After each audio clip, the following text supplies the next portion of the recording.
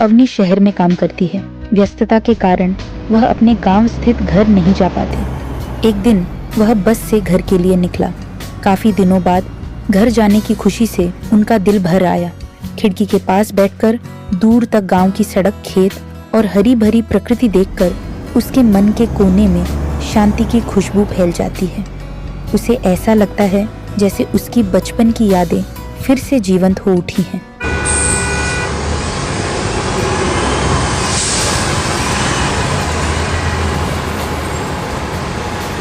Bus stop पर पहुंचकर सभी लोग उतर गए। तान्या अकेली रह गई। वह मौन, अंधकार और एकांत से घिरा हुआ था। उसकी छाती भय से फूल रही थी।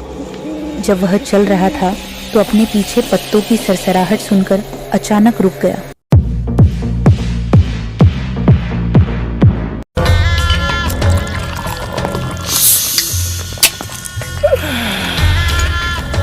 साली चलती फिरती कोकेन है, कोकेन।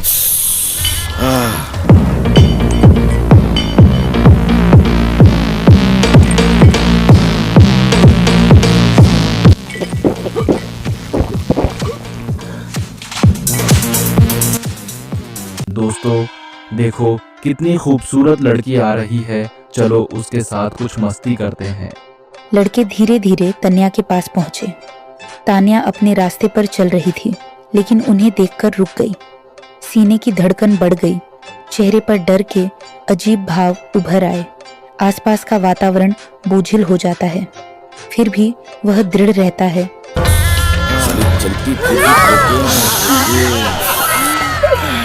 साली चलती फिरती कोकेन है, कोकेन।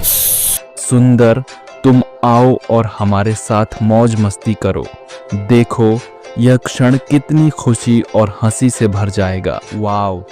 तुम मुझे इस तरह कौन परेशान कर रहे हो? क्या तुम्हारे घर पर माँ और बहन नहीं है? माँ और बहन है, लेकिन तुम मेरी रानी बनोगी। मैं तुम्हारे साथ मस्ती करूंगा। वो मुंह बंद करके बात करता है, लेकिन परिणाम अच्छा नहीं होगा। On fire. रुकिए, हम आपसे मजाक कर रहे हैं। साली चलती फिरती कोकेन है, कोकेन।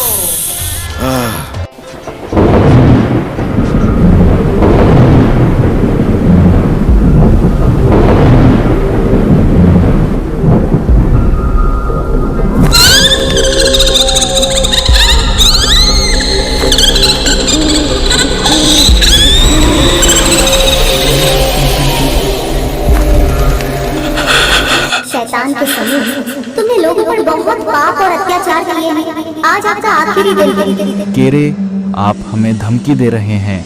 आपका हौसला भी कम नहीं। ग्रर। क्या तुम मुझे नहीं पहचानते?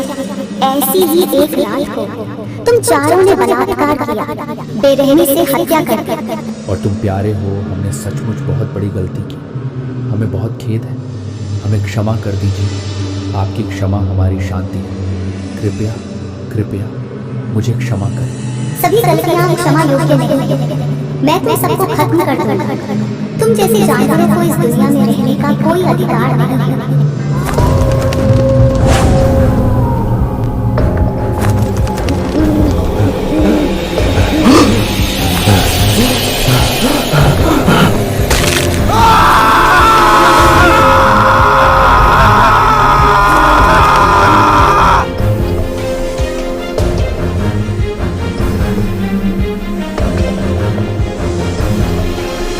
भयानक आत्मा ने बदला लेने के लिए सुबल के शरीर को 2 भागों में विभाजित कर दिया।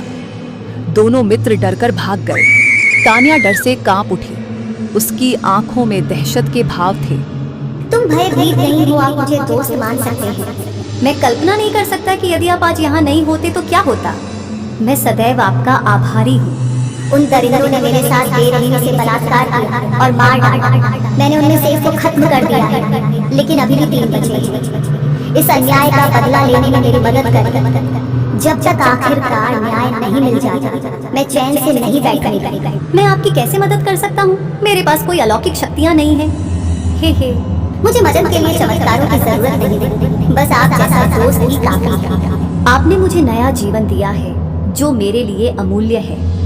मैं आपके साथ रहना चाहता हूँ और आपकी मदद करना चाहता हूँ। आप उन तीनों को, उन दो दोस्तों और एक पुलिस कांस्टेबल को वैसे भी यहाँ लाने जा रहे हैं। याद रखिए, मैं इन सीमाओं से परे नहीं जा सकता। खैर, मैं उन्हें वैसे भी यहाँ लाऊंगा, फिर तुम बदला लोगे। फिर अतृप्त आत्मा चली गई। उनके जाते ही चारों ओर एक अजीब सा खालीपन फैल गया। तानिया, जिसका हृदय अभी भी अज्ञात भय और जिज्ञासा से मिश्रित था, धीरे धीरे उसकी ओर बढ़ी। कुछ दिनों बाद पुलिस कांस्टेबल राशिद एक कार में जांच करने के लिए निकला।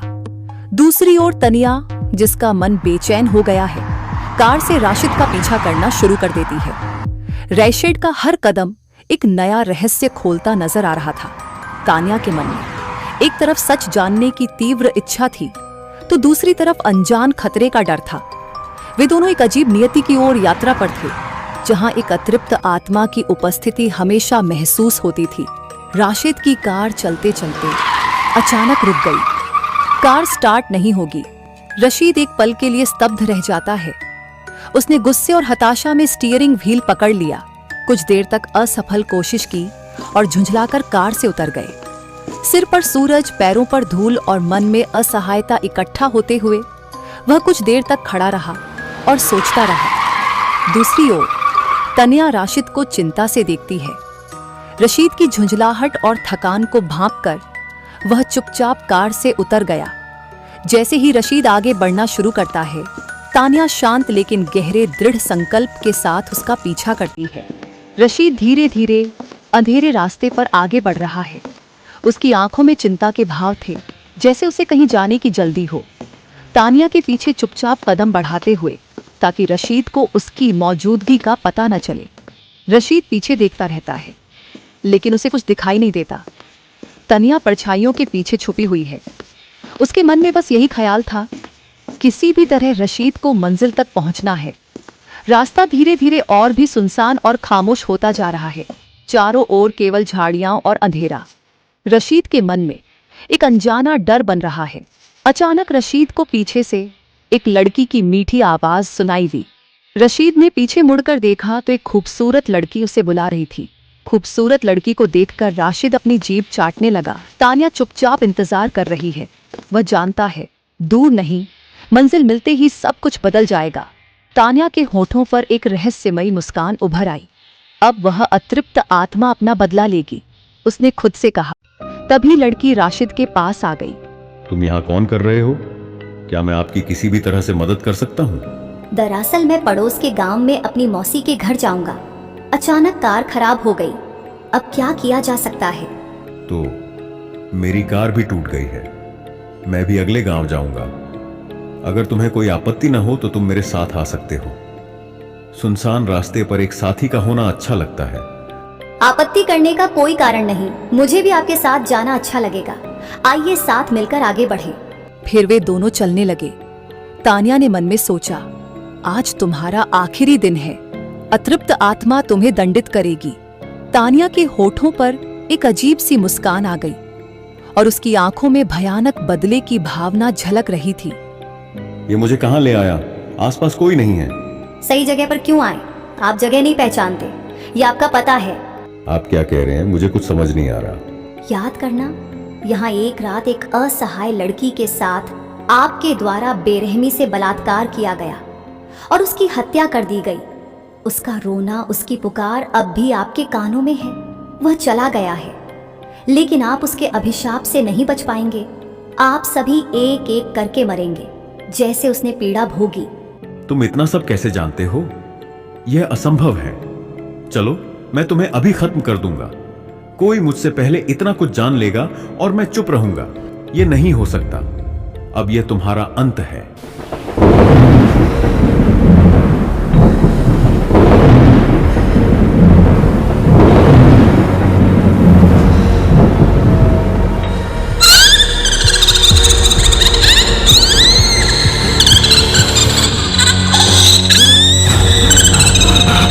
कौन? क्या तुम मुझे डरा रहे हो? मैं एक पुलिसकर्मी हूँ। पुलिस? इसमें गलत क्या है? मैं तुम्हें आज खत्म कर दूंगा। मुझे सच बताओ, आप कौन हैं? हे पापी, याद करना, इस जगह एक लड़की की बेरहमी से हत्या कर दी गई। मैं वह लड़की हूँ मैं आज बदला लेने के लिए वापस आई हूँ। आज मैं तुम्हें खत्म किए बिना नहीं छोड़ूंगा। तुम मेरा कुछ नहीं बिगाड़ सकते, मैं तुम्हें खत्म कर दूंगा।